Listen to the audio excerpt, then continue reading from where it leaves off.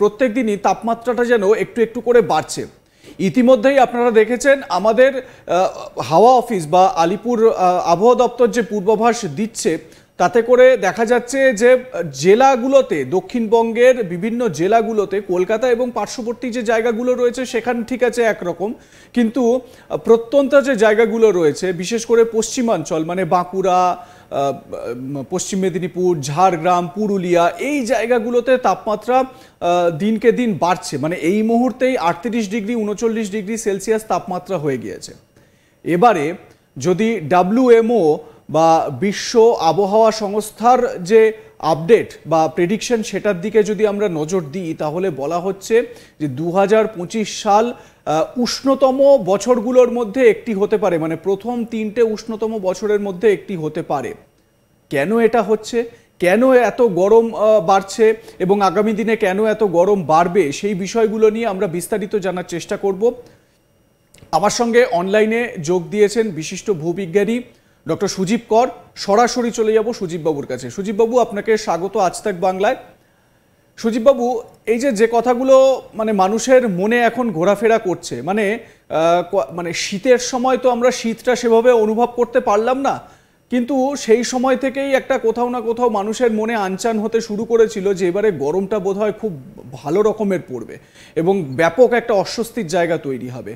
প্রথমে আপনার কাছে যেটা জানতে চাইবো, এই যে WMO তরফ থেকে যেটা বলা হচ্ছে যে 2025 নাকি উষ্ণতম বছরগুলোর মধ্যে একটি হতে চলেছে, আপনি এ বিষয়ে কি মনে করেন সেটা প্রথমে আপনার কাছে জানতে চাইবো।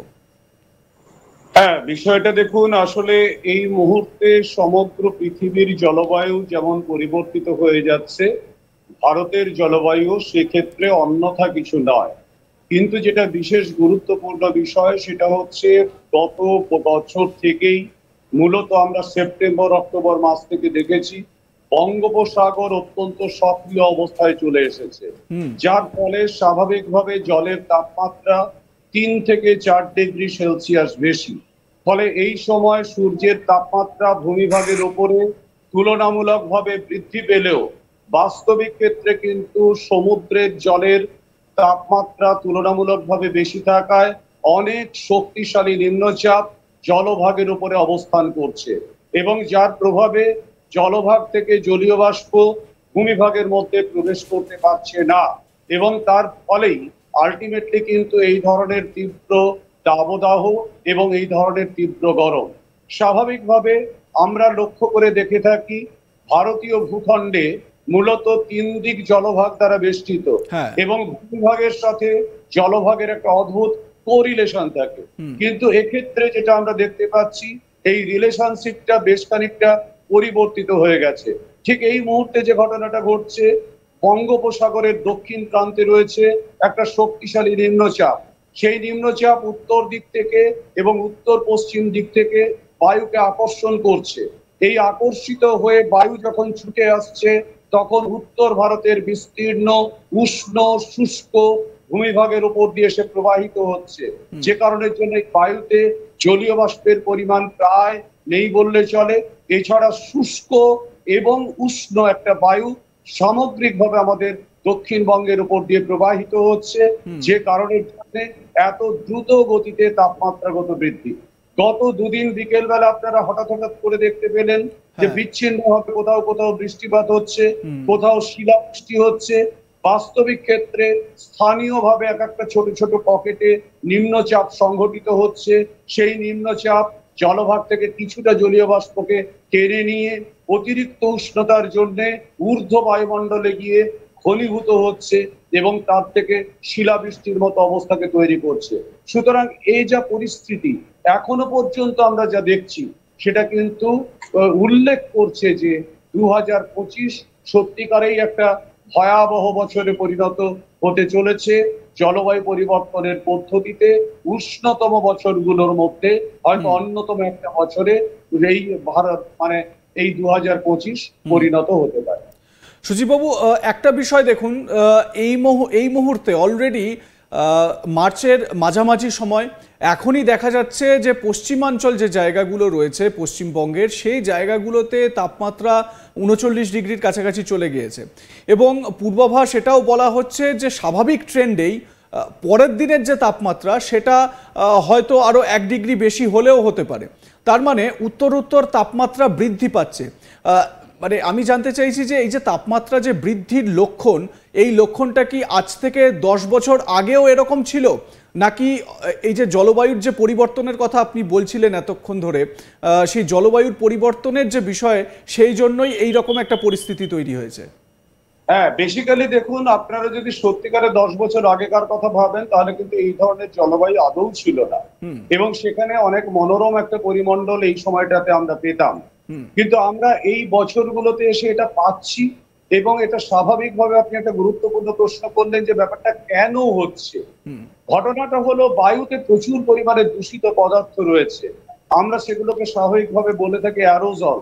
এরা প্রচুর পরিমাণে হিটকে রিসিভ করে স্ট্যাগনেন্ট কন্ডিশনে বায়ুমণ্ডলের মধ্যে থাকতে পারে।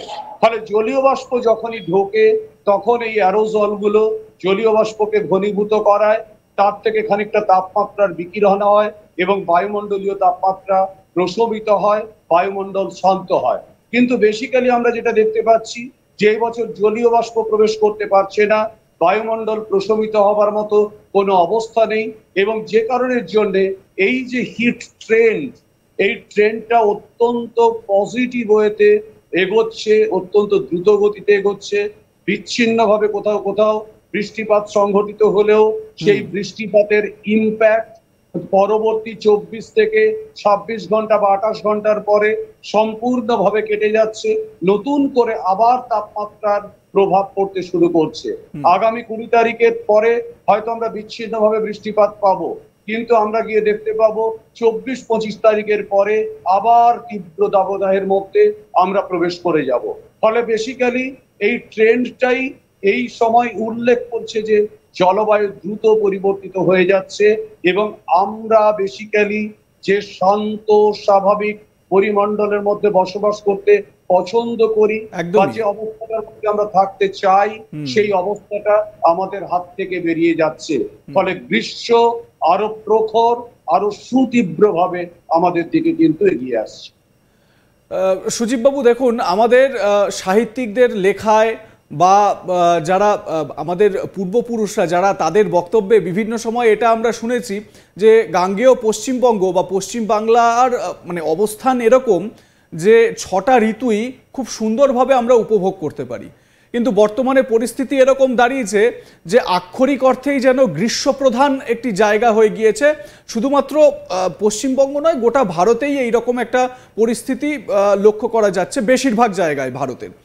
কিন্তু দেখুন, পশ্চিমবঙ্গের কথা যদি বলি তাহলে আমি কয়েকদিন আগেই যে শীতের মরশুমটা গেল, সেই শীতের মরশুমেও ভারী শীতের একটা পূর্বাভাস ছিল যে প্রবল ঠান্ডা পড়তে চলেছে, এবং এক্ষেত্রে অনেক এক্সপার্ট তারা লা নিনিয়া এফেক্টের কথাও বলছিলেন।